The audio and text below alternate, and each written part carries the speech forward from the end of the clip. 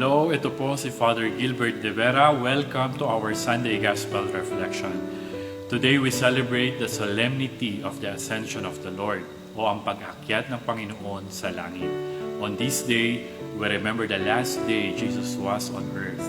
His transition from earth to heaven after His life, ministry, death, and resurrection. It is traditionally celebrated the 40th day after Easter Sunday. So what happened at the Ascension? Well, the Ascension narrates how the Lord was taken up into heaven to sit at the right hand of the Father.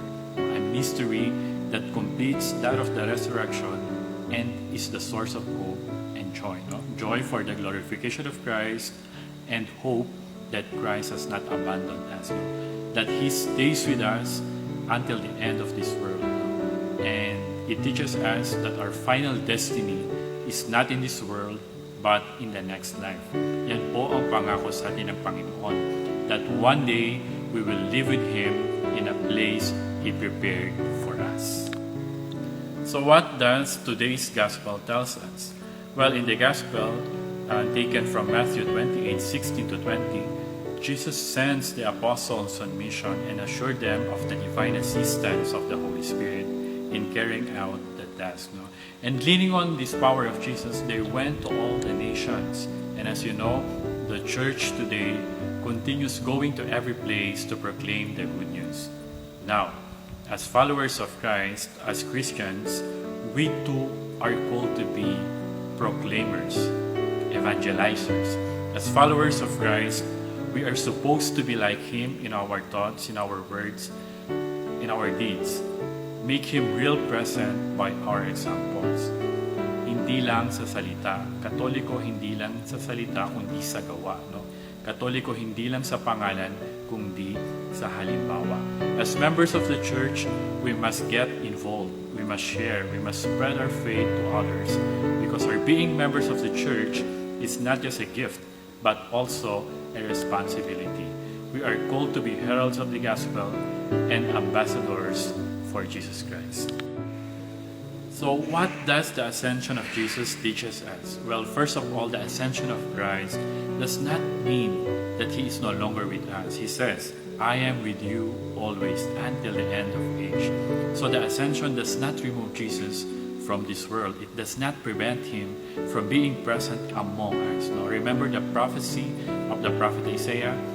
It says, the virgin will give birth to a son and will call him Emmanuel, which means God is with us. Dios con nosotros. God continues to work with us amid our current situations in life. He is with us in our trials, in our difficulties, in our struggles. He is with us in our suffering, which must become occasions for progress in love. Kaya nga, kung may pinagdadaanan ka, anong gagawin? Daanan mo lang. Remember that however painful the chapter you currently find yourself in, no matter how rough, no matter how difficult it is, the story is far from over. You just need to trust in Him, and He will lead you to your own ascension. Sabi nga nila, tiwala lang. No? God has perfect timing. His plans will always be greater than all your problems. So you see how important this celebration is because it instills hope in us. No? And this is the beautiful truth we celebrate today, that we have with us the one who has been glorified above all authority and power. So my dear friends, God is calling you and me and all of us here today na ipakilala natin ang Diyos sa iba, na makita ng iba ang mukha ng Diyos sa ating pamumuhay, sa ating halimbawa.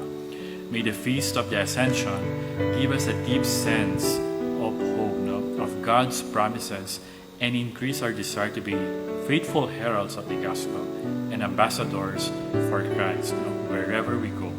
Have a great week. God bless you all.